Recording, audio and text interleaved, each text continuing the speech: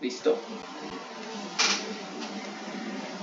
Bueno, buenas tardes, compañeros y compañeras del Diplomado de Inteligencia Artificial en la Investigación y la Educación. En esta conversación, Jonathan y yo, pues ambos somos estudiantes de la maestría en Educación de la Universidad de Antioquia, vamos a compartir con ustedes algunas ideas que hemos venido desarrollando a raíz de si es ético o no desarrollar algunos asuntos relacionados con la inteligencia artificial. Entonces vamos a mirar algunas perspectivas a la luz de dos noticias que traemos como ejemplos particulares. Este tema con relación a si es ético usar la inteligencia artificial en la ciencia sin hacer atribución de la inteligencia artificial va a ser uno de los elementos clave en esta conversación. Y esto es relevante en la investigación científica actual porque nos puede dar cuenta de cuál es el futuro del rol de no solamente los avances científicos en nuestras sociedades, sino también de el rol de los investigadores y las investigadoras allí. Entonces, nuestro objetivo acá es un poco explicar a cómo la inteligencia artificial se ha integrado en la producción científica, desde la reducción, desde cómo redactamos artículos científicos hasta cómo analizamos los datos para ellos. Y bueno, como mencionaba, pues vamos a partir de dos casos particulares. Entonces, bueno, el primer caso es el caso de Ross Intelligence, que voy a contar allí rápidamente de qué trata. Ross Intelligence es una empresa que desarrolló una inteligencia artificial especializada en elementos jurídicos. Y resulta que esta inteligencia artificial se vio enfrentada a una demanda por parte de Thomson Reuters. Thomson Reuters es básicamente como una gran firma editorial y bueno, ellos demandaron por copyright o por derechos de autor a esta empresa Ross Intelligence porque al parecer se vulneraron esos derechos de autor porque la empresa Ross Intelligence utilizó para sus datos de entrenamiento de esta inteligencia artificial jurídica, pues unos casos o unos litigios que no podían utilizar de acuerdo con la ley de protección de datos y derechos de autor de Estados Unidos. Entonces, digamos que inicialmente esto deja mucho que pensar. Me gustaría, Jonathan, comenzar como mirando cuáles son nuestras posturas con relación a esto. Entonces,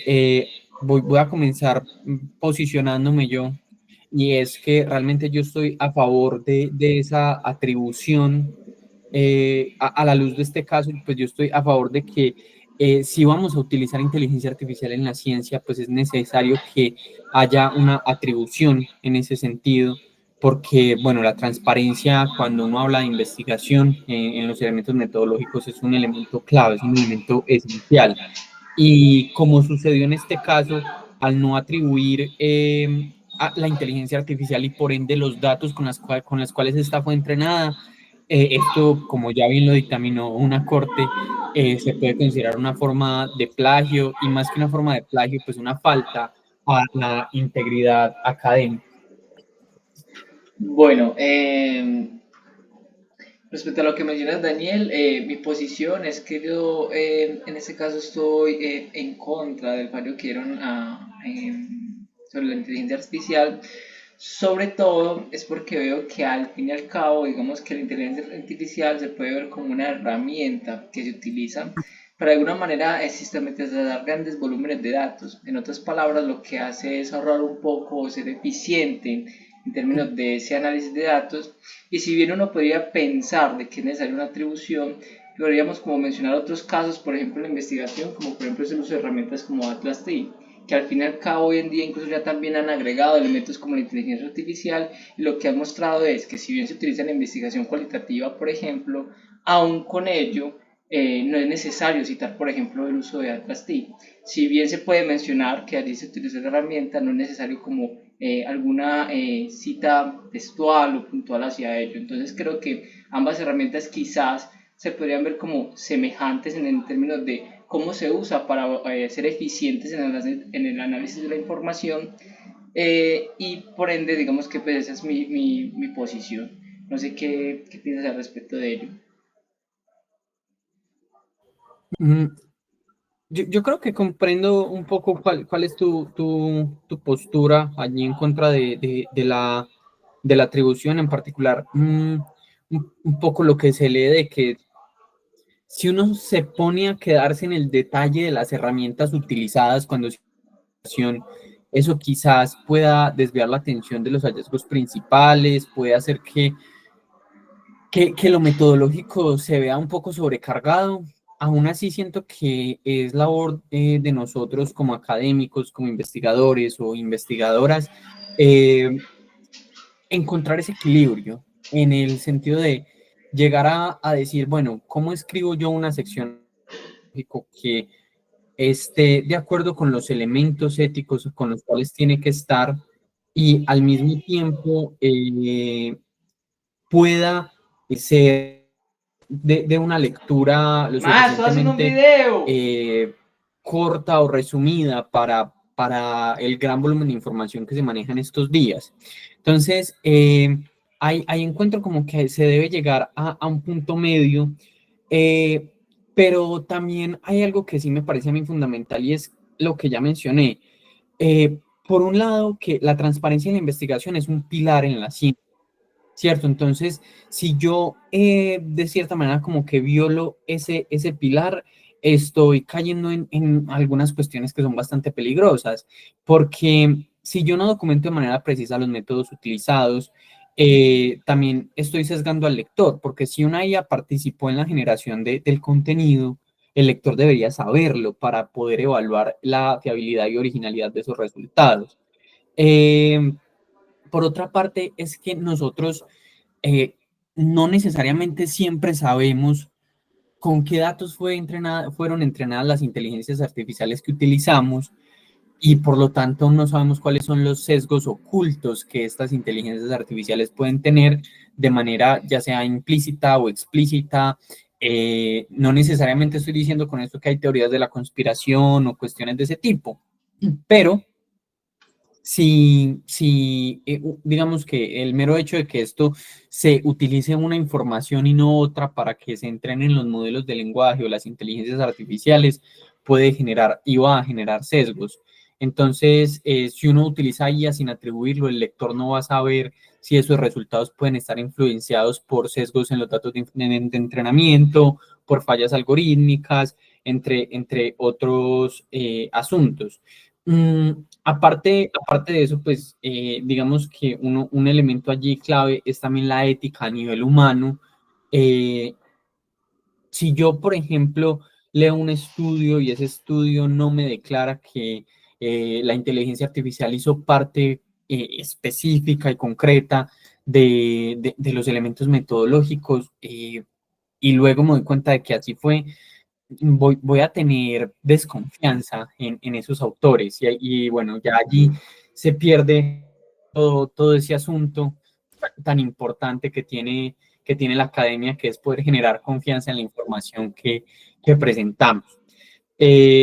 Bueno, allí creo que podría mencionar esos asuntos. No sé si tienes algo más que te guste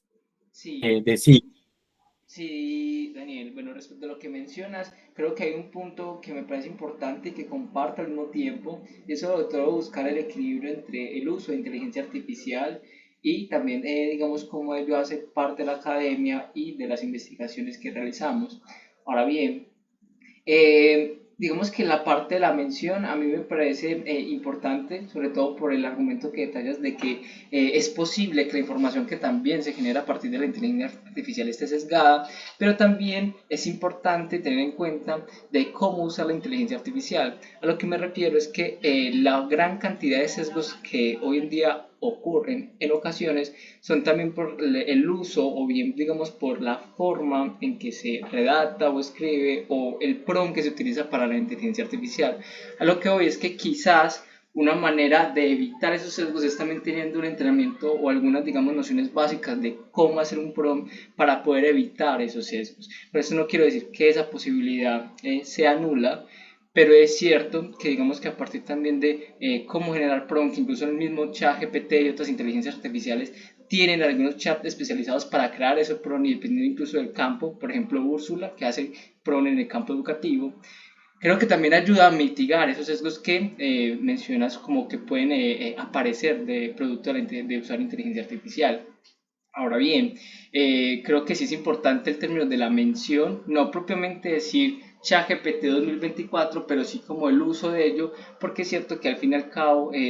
puede estar, digamos que con algún sesgo, puede quedar por allí, y es importante que esa información lo sepa el lector y base que todo basado en la transparencia que mencionas de la academia.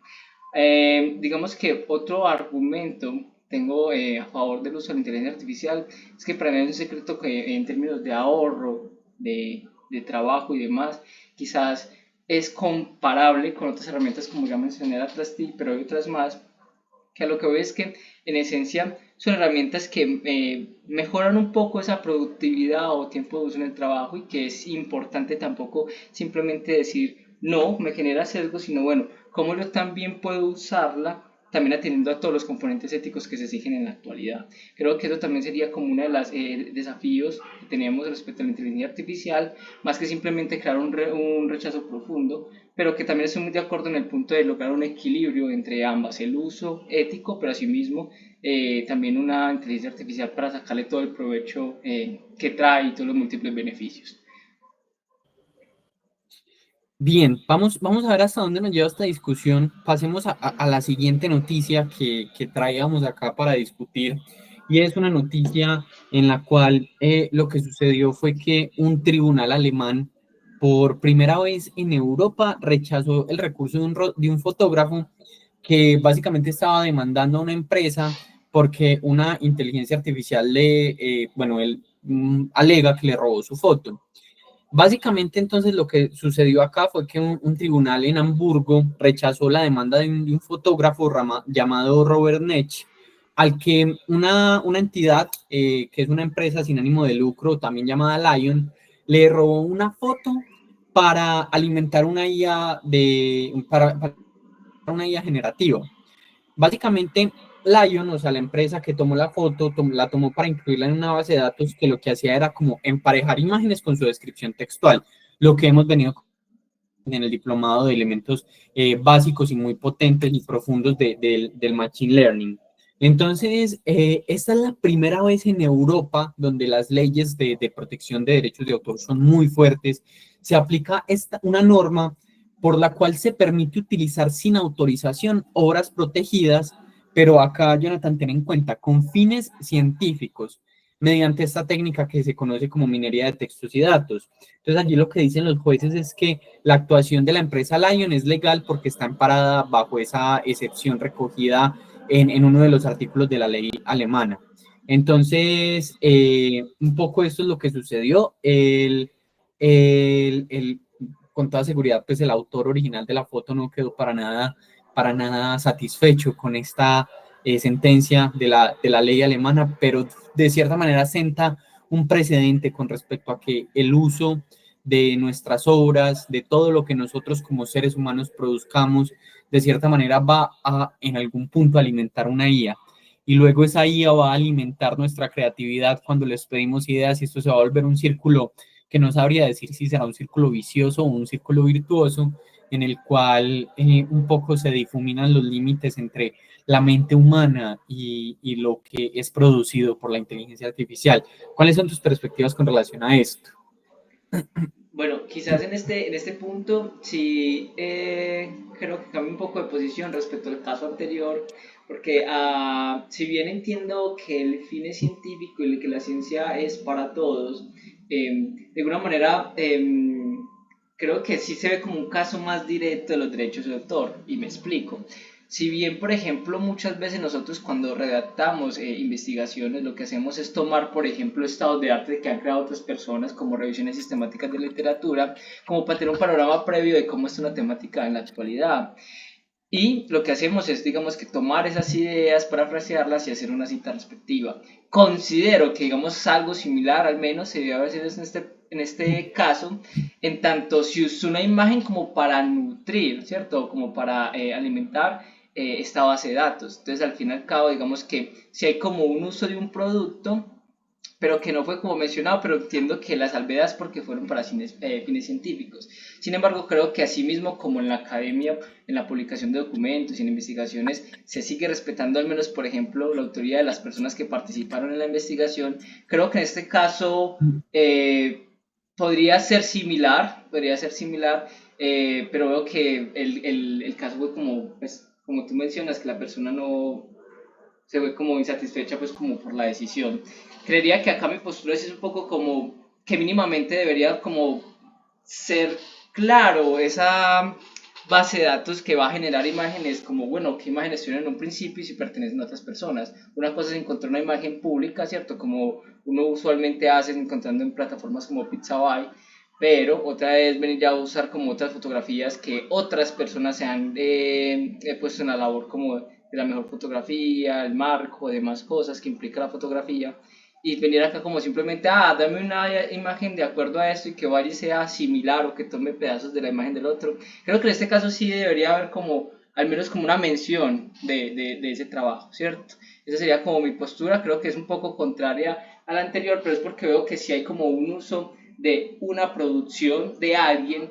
para crear toda una base que da mucho más contenido. No sé, Daniel, ¿tú qué piensas sobre por ejemplo, esa idea que hago comparativa entre lo que es, por ejemplo, la academia y todo lo que tiene que ver con las comunidades académicas en términos del uso de las normas APA para proteger los derechos de autor y asimismo, por ejemplo, en la fotografía? Si bien creo que ambos, al ser licenciados, no tenemos quizás conocimiento sobre cómo es el asunto de las fotografías y cómo es los derechos de autor en ese campo particular, pues creo que uno podría hacer que una idea como semejante en términos de los dos.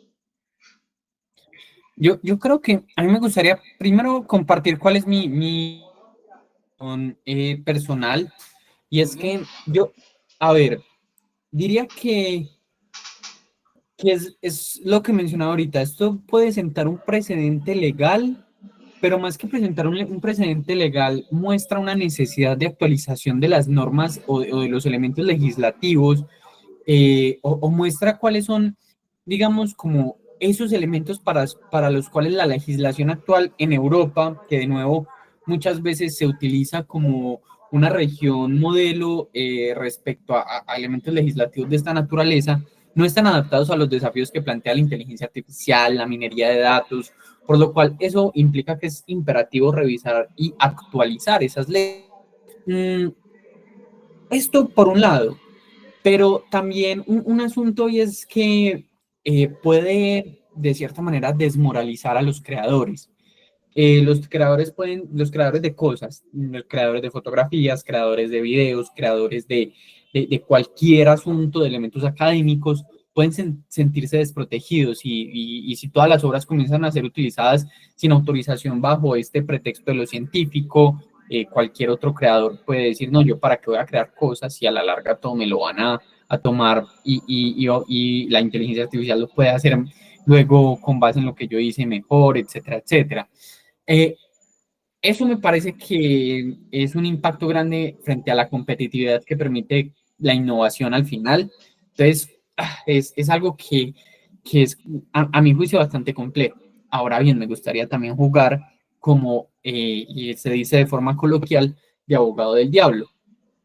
Y es, primero, la inteligencia artificial no está copiando en ningún caso en este punto, en esta cuestión, sino que